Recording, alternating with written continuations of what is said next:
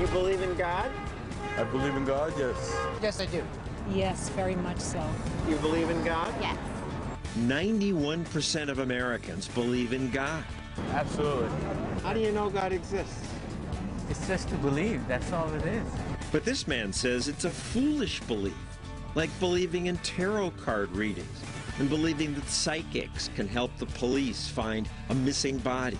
Yeah, I think that's a great idea. They help, like, investigate clues and stuff. I think it's great. I just think some people have a gift. You're psychic.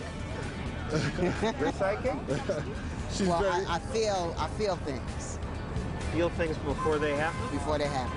They do it with their mind somehow. And 25% of Americans believe in astrology. Stars are something that can be read. And 27% of Americans believe in ghosts, even if they've never seen one. No, but I do believe in them. And people make money selling these beliefs. I've had like my tea leaves done. I've had that stuff done. How can they know the future? I don't know, but it's strange, but it seems to sometimes work. Really? If they worked, they could make more money. All they have to do is prove it, and they can win $1 million. This man put up the $1 million. He joins us tonight. We'll also test predictions about stock prices. I think Whirlpool's going to be the big beneficiary, up close to 30%. Stick with Comcast. These Wall Street stock pickers claim they know what's going to happen. But I'm skeptical. Is it possible that I could throw darts at the stock tables and do as well as those experts? Let's find out.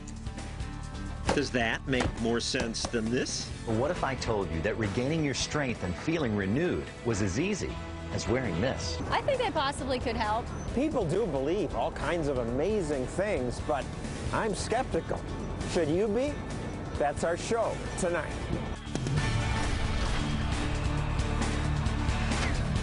And now, the man who shatters conventional wisdom, John Stossel.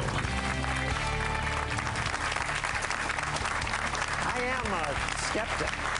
I became a consumer reporter because I was skeptical of companies' claims, and I made a career out of exposing scam artists. But now there's a magazine that specializes in that called Skeptic. It's devoted to debunking nonsense like UFOs in New Mexico, the Y2K panic, and the penis shrinking panic. I'm not sure what that's about, but we'll find out shortly. But let's return to some more mainstream beliefs. Let me ask you, how many of you believe in God? Here, hands. Okay. How many of you believe in ghosts? 2 of you. Psychics. The psychics say they can work with the police and find bodies. 6, 7, or 8. Astrology, horoscopes. Fewer of you. How about these bracelets? Have you seen them? They're supposed to make you stronger, improve your balance or sense of well-being. Here's a commercial for one. The Q-Ray bracelet has been worn by over 1 million people who want to feel better and live a more active life. Who wants to try them out? I'll give these out.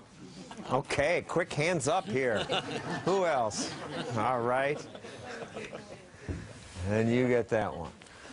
So I've been wearing mine all week, though I am skeptical that it's really doing anything. And my favorite professional skeptic is Michael Shermer. He's the editor of that magazine, Skeptic, and he's also a founder of something called the Skeptics Society. What's the Skeptics Society? It's a nonprofit educational organization devoted to investigating claims to paranormal, pseudoscience, fringe groups, cults, and claims of all kinds between good science, junk science, bad science, voodoo science, pathological science, non-science, and plain old nonsense. And as you know, there's a lot of it out there.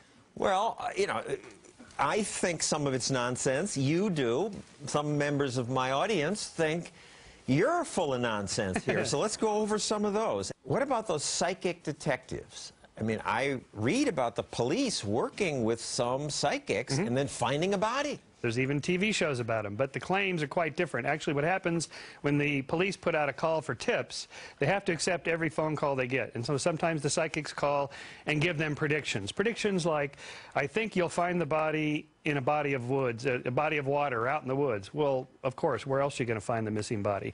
And they say near water, and that near water. That could be a lake, right? It could be a river, an ocean, anything. And so the predictions are both very broad in general, such that after the fact, with the hindsight bias, they make it fit what actually happened. Say, oh, it was next to the water. That's right, and I said that. Yeah, of course. Then there's also selective bias, that they said like 27 different things, and the 3 things they got right, they remind you that they got right. The 24 other things they got wrong, those are left by the wayside. In science, we have to count all of the misses. We tend to forget the misses. Yeah, remember the hits. Right. Forget the misses. This is called a confirmation bias. We look for and find confirming evidence for what we already believe. We just ignore all the disconfirming evidence. And you say the same principle is behind people who believe in astrology, that you remember the hits. Right. So you get your astrological chart read, or you read it in the paper in the morning, and you go throughout the day and you remember the couple of things that were said that seem to have happened, and you forget the hundreds of things that happen in the course of a day that have no match at all to the astrology chart.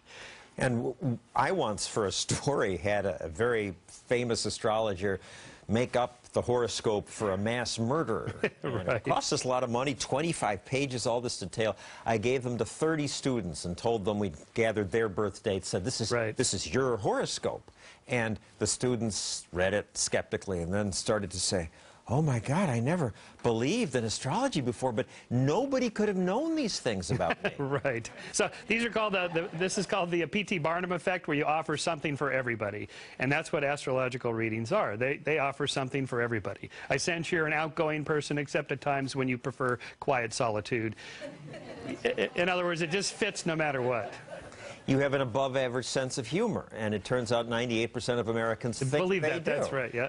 Okay, so one of your magazines was devoted to September 11th conspiracy theories. These are the so-called 9/11 truthers. They think the truth is that Al-Qaeda did not attack us, that in fact it was the Bush administration that orchestrated 9/11. And several polls show about a third of Americans suspect our government was either behind the attacks or let them happen so we could go to war in the Middle East. Exactly, right. So it's all part of a new world order, orchestrating the takeover of the whole planet and so on. Anyway, you and I both know how effective governments are. You know why we know the Bush administration did not orchestrate 9/11? Because it worked. But I assume you had more explanation in your... I do, yes. In that particular issue, we knock down. Here's what we do at Skeptic. We take the claim seriously and go, okay, what's the evidence for this particular claim? Like they claim, for example, that the World Trade Center buildings were brought down by intentional planted explosive devices. Well, we know what it takes to bring down a building. You have to have hundreds of people in there planning thousands of little explosive devices. How did they do this in the World Trade Center building without anybody noticing? And not one of them wants to come forward and appear on your show or Larry King Live and say, boy, have I got a story for you. I saw the guys planning the bombs. So that's what we do with each of the claims. Line them up, knock them down. Well, then we should also add that Larry King Live is off the air. Well, there's... But I'm still here. That's right. They can appear on your show. You did one issue on medical controversies. I've covered many of these. Cold cures, do they work? No. Secondhand smoke laws, I think there's no good science behind them. But let's talk about this one. Vaccines cause autism. And lots of people believe that, partly because some famous people say it's true. What we are saying is that the number of vaccines given and the ingredients, like the frickin' mercury, the ether, the aluminum, the antifreeze, need to be removed immediately after we saw the devastating effects it took on our children. Jim Carrey, Jenny McCarthy say vaccinations cause autism in kids. You've heard that? Yes. You believe that? Yes. Vaccinations cause autism. I believe the mercury in the vaccinations. So there's been all kinds of medical research, best experts saying there's just no evidence this is true. The University of Michigan study finds 25% of American parents still believe it does. Right. Well, so first of all, are we to believe that all great medical breakthroughs like this are announced by ex-Playboy bunnies and actors on national television? Second of all... She's able to convince people, while less sexy people like you in suits are not. All right, I'll give you that. The bottom line is this. The mercury was taken out of the vaccines in 2000. Ever since then, rates of autism have been going up. Whatever the cause of autism is, and we don't know yet, it isn't the mercury in the vaccines, nor is it the vaccines at all, because these have now been tested clinically by epidemiologists and professional medical researchers. No connection at all. What happens is I got my kid vaccinated. 2 months later, he's diagnosed with autism. I believe there must be a connection. That's anecdotal thinking.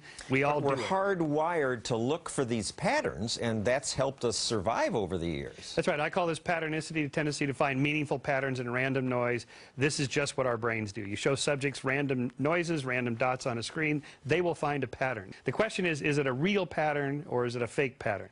The only way to know, there's no baloney detection device in our brains. Science is the best tool we have for that. Finally, what's the penis shrinking panic about? John, this is unbelievable. This has to be the weirdest thing we've ever investigated. About 10 years ago, thousands of men, young men in their 20s, started checking themselves into hospitals in India and China, afraid that this evil spirit called the koro, which is actually a word for shrinking tortoises, you know how they pull back into their shell, and they were afraid that their penises were going to shrink into their bodies, to the point where they were tying strings and putting like clothes pins on it to keep it from shrinking. Of course, as soon as the doctor pulls the pants down and examines it, the evil spirit goes away, and there it's still there. But this is the power of belief and the power of the media. Well, stick around, Michael, because I want to get to your most controversial skepticism. You don't believe in God. 91% of Americans do. Most of my audience does. When we return, a priest will challenge you on that, and maybe the audience too.